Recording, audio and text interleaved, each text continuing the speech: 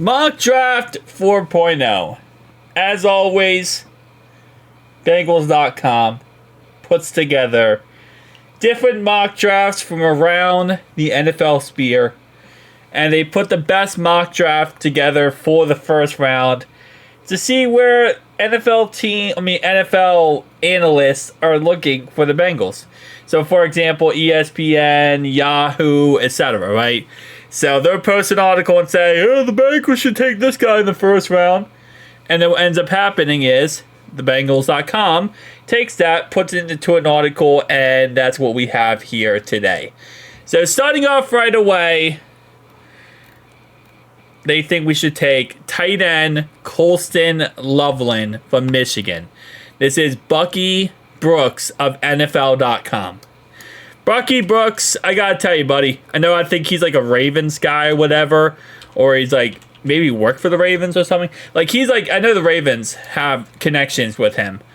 My guy, no way in hell. Like, I don't like to cuss on this channel. I try my best not to cuss. But there is a no way in hell clause that you have not looked into. And I need you to look into this no way in hell clause. So, according to PFF, he is ranked 31 on their big board. But there's just no way in hell. Like, I think we will bring back Mike Gesicki. And I know Eric Saul is out for the season. I 100% understand that. But there's no way in hell. We're not taking a tight end first round. I don't like, and it's funny too because he's not even ranked the best tight end in the first round. The best tight end in the first round right now, according to PFF, obviously everyone has their different big boards, but it's Tyler Warren from Penn State. That's the best first round tight end right now. So this guy isn't even ranked the best tight end in the first round. He's the second best. But no, there's just no way in hell we would take a tight end. I mean, again, ESPN thinks we're gonna trade for Kyle Pitts, which I think is a possibility. I would think we would trade for Kyle Pitts 1,000 times over before we ever draft a tight end in the first round. This is not a Brock Bowers situation. This is not a Michael Mayer situation. Also, in those situations, Michael Mayer and Brock Bowers, I feel like we were better in better situations. So the idea of drafting those guys wasn't as crazy just because of the place we were as a team. This is a team that needs to work on our defense. We have done everything humanly possible to fix our defense. We're not going to take a step back. We're just not. But yeah, so that's number one. Number two, Jack Sayer. This is another guy, again, where just another player we've talked about many times on this channel, and it's very possible we end up going with him. Edge rusher from Ohio State. I've looked more into this guy. I really do like this guy. We'll have to wait and see, though. Number three is Luther Burden III. So this is a guy that has been talked about a lot recently for the Bengals. And this is the idea if we lose T. Higgins. If we lose T. Higgins, this is a guy that I believe he has 120 catches last year in college. He has put up some crazy numbers. Right now, he is... Actually, no, this is not the guy. Hold up. Okay, so this is not the guy I'm thinking about, and not the guy that has been talked about as much. The guy who I was thinking about was the Ohio State wide receiver, Emeka. That's the guy that everyone talks about us potentially getting. This guy, I haven't heard too much about him. He is projected to go in the top 15 picks. Sometimes they say he's going to go to the 49ers. There's other players he could go to. He's actually ranked technically higher. Yeah, he's ranked higher technically than Emeka. So I'm probably butchering that name, by the way. But Luther Burden is a 5'11", 208 pounds. Why every time they think we're going to take a wide receiver, he's always 5 foot something?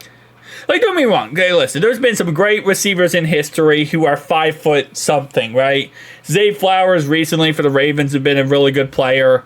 Obviously, Steve Smith-Sinor was really great for the longest time. Antonio Brown was like 5'11". There's been some good receivers, okay? Why can't they ever just say, hey, the Bengals are going to take this 7'5" receiver who can just tower over every Like, bro, I just want myself like a 1850, 600-foot receiver. Running back Ashton Genty. That's going to be a situation where if he is on the board, which he shouldn't be on the board when we pick, this is kind of like a Gibbs situation / a Bijan Robinson situation. I think it's definitely a situation they're going to think about. But I just think we go defense. I really feel like we go defense. And the fact that so far in this mock draft 4.0, the fact that none of these picks are defense outside of one is kind of insane. That's kind of insane, all the progression we made on defense. And we now actually have guys that, like coaches, that can develop the defense, positional coaches. It's crazy how none of these are defensive picks. Going safety, Nick. I'm not against the idea of going safety first round. I'm really not. I will say on the safety position, so right now this guy is ranked 86 according to PFF's big board. He South Carolina Gamecocks is his college, but Xavier Watts is obviously above him. Castro's above him. Winston Jr., Ransom, and then you have this guy according to PFF. Obviously, the top safety in this draft is Starks. That's the top guy. I wouldn't be against the idea of going safety first round. Obviously, again, everyone has their own PFF, their own big boards. I don't know if this would be the guy, though. But, hey, anything's possible. How tall is he? He's actually 6'3", 227. Okay, I kind of like him now. I kind of like him because he's not 5 foot whatever. Defensive line, Walter Nolan from Ole Miss. Honestly, I'm cool. I'm cool with defensive line. This guy is projected to go 19, so he is projected to go right around our pick. I wouldn't be against the idea. So this was a very interesting draft, like mock-up. A defensive lineman, a safety, a running back, a wide receiver, edge rusher, and tight end. And that's why, again, as always, free agency is a month away. Within that month, we're probably going to figure out a contract with T. Higgins. We're going to get a contract done with Jamar Chase. We're going to get a contract done with Trey Hendrickson. And that's going to impact everything when it comes to the draft. And then we hit free agency. And it's very possible before free agency, we also get Mike Gesicki under contract, BJ Hill, Mike Hilton, and we also cut some guys. So, well, yes, right now, some of these are ridiculous takes.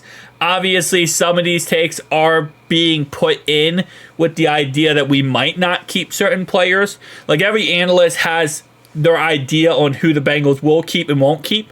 Obviously, we have our opinions, and, it might be right, it might be wrong in the end. We never know. So, tell me down below your thoughts, opinions. I'll see you guys next one.